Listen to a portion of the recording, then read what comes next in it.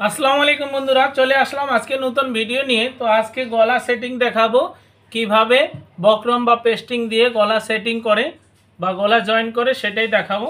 তো এখানে নিয়েছি আমি টুকরা কাপড়টাতে এই যে বক্রমটা আছে, এটা হচ্ছে গলা কেটেছি আমি। এটাকে আমি সুন্দর করে এটার সাথে বিছিয়ে নিব। এই যে বিছিয়ে সাইড দিয়ে সিলে দিয়ে দিব।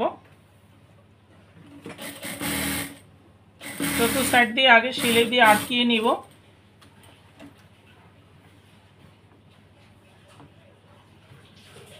তো এইভাবে যদি গলাগুলো আপনারা সেটিং করেন তো গলাগুলো আর আঁকাবাঁকা হওয়ার সম্ভাবনা নেই। এই যে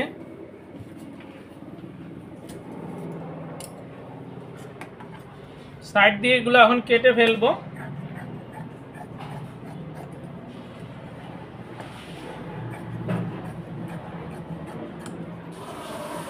এটা হচ্ছে সামনের গলা, এখন সিলে দিয়ে দিব এটাকে ঘুরিয়ে চতুর্থ সাইড দিয়ে।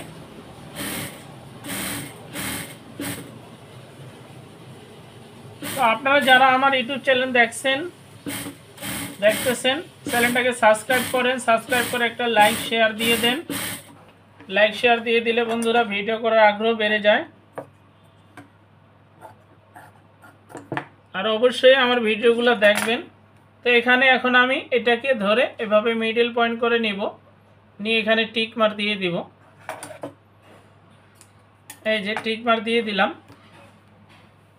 এরপরে যেটাতে জয়েন দিব সেই পার্টটা নিব, সামনের পার্ট। এই যে এটা হচ্ছে সামনের পার্ট।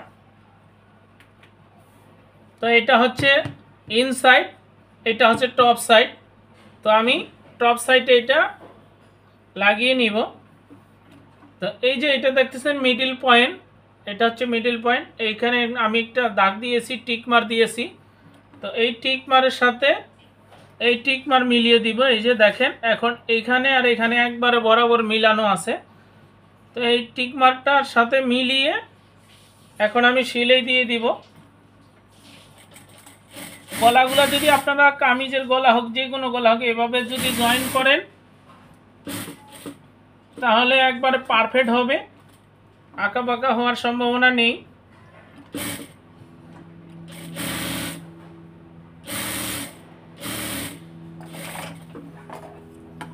এখন আমি এটা ভিতরেরটা কেটে ঘুরিয়ে দিব। এই যে দেখেন এটা হচ্ছে মিডল পয়েন্ট, মিডল পয়েন্ট অনুযায়ী এটা কিন্তু একদম সোজাসুজি আছে।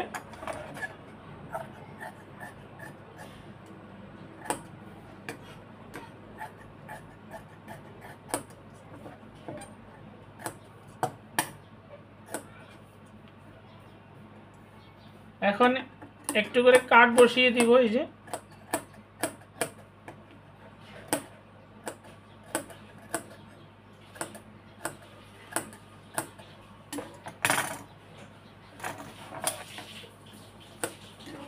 এখন এটাকে ধরে এভাবে একটা চাপ সিলে দিতে হবে।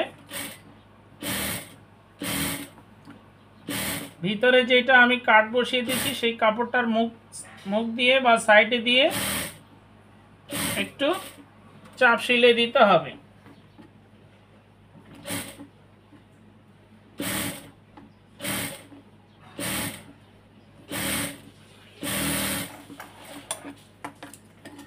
এখন আমি দেখিয়ে দিচ্ছি কিরকম হয়েছে গলাটা।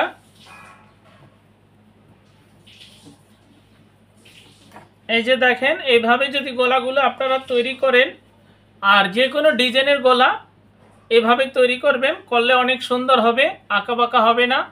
তো আজ এ পর্যন্তই, সবাই ভালো থাকবেন। আসসালামু আলাইকুম ওয়া রাহমাতুল্লাহ।